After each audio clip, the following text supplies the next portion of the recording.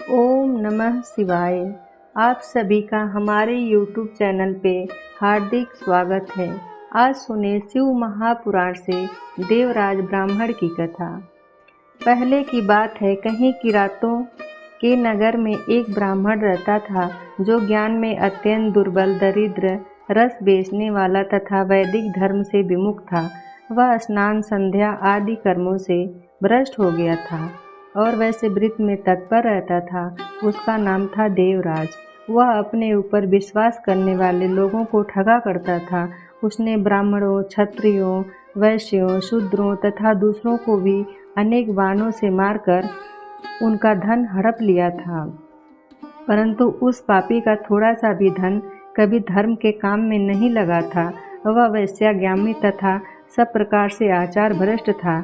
एक दिन घूमता घामता वह दैव योग से झूसी प्रयाग में पहुंचा। वहां उसने एक शिवालय देखा जहां बहुत से साधु महात्मा एकत्र हुए थे। देवराज उस शिवालय में ठहर गया, किंतु वहां उस ब्राह्मण को ज्वर आ गया। उस ज्वर से उसको बड़ी पीड़ा होने लगी। वहां एक ब्राह्मण देवता शिव पुराण की कथा सुना रहे थे।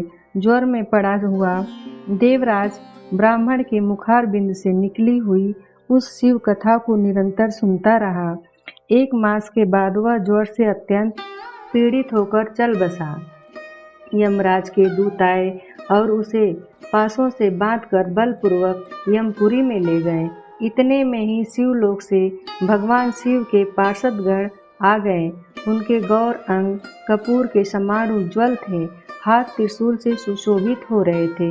उनके संपूर्ण अंग भस्म से उद्दासित थे और रुद्राक्ष की मालाएं उनके शरीर की शोभा बढ़ा रही थी।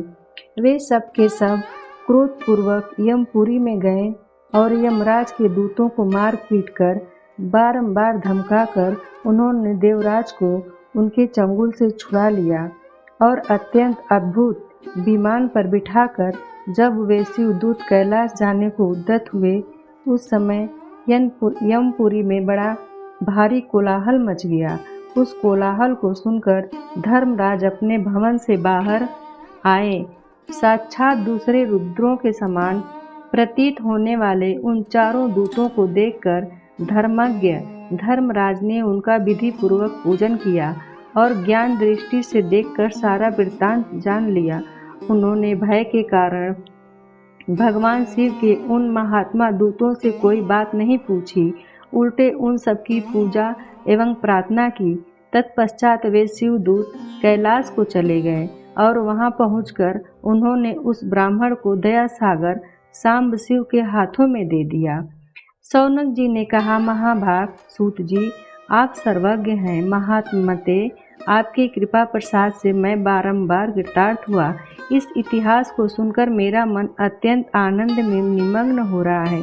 अतः आप भगवान शिव में प्रेम बढ़ाने वाली शिव संबंधी दूसरी कथाओं को भी कहिए।